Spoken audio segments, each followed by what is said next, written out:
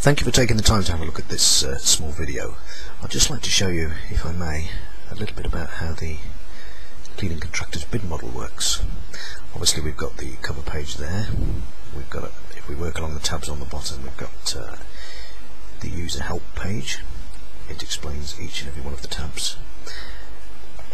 Then we go to user info. This is your information. You as a cleaning contractor, you can put your information there and save it once you've got it. It's the same for every single bid that you put together. The next tab across the bottom is client info. Well, in this case I've already done it for you. We will just go with great big office building. The contact's name is Mrs. Facilities Manager, and the address, phone number, and so on and so forth. The next tab that we come to along the bottom is the variables tab. How many times per week will this contract require cleaning? It defaults to 5, but you can change it to 3, perhaps once on a Saturday, not at all on a Sunday. What rate of pay will you allow on this contract? Well, let's say we'll up that a bit. Let's say Monday to Friday we'll pay £6 an hour. On a Saturday we'll pay £7 an hour. On a Sunday we'll pay £9 an hour.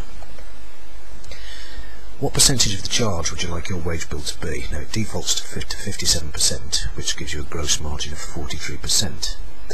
In other words, if you're charging £1,000 to clean a building, your wage bill will never be any more than £570. So that's what it defaults to, 57, but you can change that. How many floors does the building occupy? Well, we'll go with 1. It's all on one floor. Down the bottom here we've got some weighting variables. What we mean by that is these offices, let's say for argument's sake that they're in a call centre full of students throwing food around. It gets heavy usage, so we'll say, okay, we're going to add 20% to the office cleaning. And the currency type, well, we'll leave that at a pound, but it could be euros, dollars, whatever. The next tab we come along to is the measurements tab. Let's just put any old measurements in here. If we have offices that are 3 by 3, we have another one that's 2 by 2. We've got a great big office now. We've got a 20 by 20. These are all in meters, by the way. Another one which is 6 by 6. Lots of space in there, as you can see, to put more in. Let's put a corridor in there. We've got a corridor that's 2 meters wide by 60 meters long. We've just got 2 toilet blocks, a ladies' toilet and a gentleman's toilet. They're both 3 meters by 3 meters. We've got a kitchen which we'll say is 4 by 4. In this scenario we won't bother with any external areas, but there's a space for that too. Now what this does, it uses ISSA cleaning rates, industry specific productivity rates, and it calculates all the timings and cost for you. First of all, let's have a look at the cost data. It's telling you that your labour costs are £163.92 per week.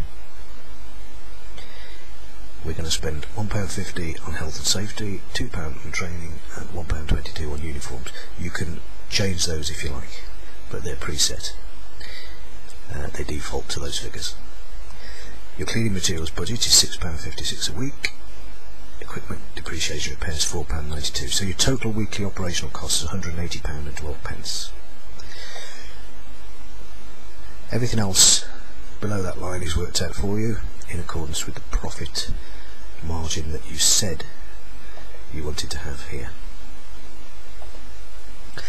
What it's telling me in fact is for that small scenario we're going to be charging £287.59 a week, or £1,246.21 per month, or an annual charge of almost £15,000. So you've got your price worked out for you. Now if we go to the contract timings tab, it's actually worked out the timings for you as well. The bid model has calculated the following timings for this contract. All timings are per clean in minutes. There we have the offices, corridors, toilets and kitchen. Total time per clean 235 minutes and 6 seconds in fact. So it's actually worked out that it converts to almost 4 hours per clean. So that's a nice 2 people for 2 hours job. We go on to the risk assessments. They're all there, all entered for you, ready to print off and hand to your client. It's prepared by you for your client, and they're all done and authorised there at the bottom. The next page is method statements. We just click on that there and it goes to a remote site and pulls them back for you.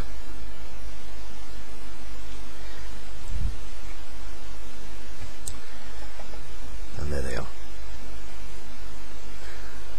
All done, all the method statements that you need for that job. Next tab again is a service level agreement. Same sort of thing. It gives you a service level agreement, a specification that tells the client exactly what you're going to do for them. And there it is. All ready to print. The final tab along the bottom is the agreement. We've got an agreement between yourselves and your client, already prepared, with spaces for you to sign.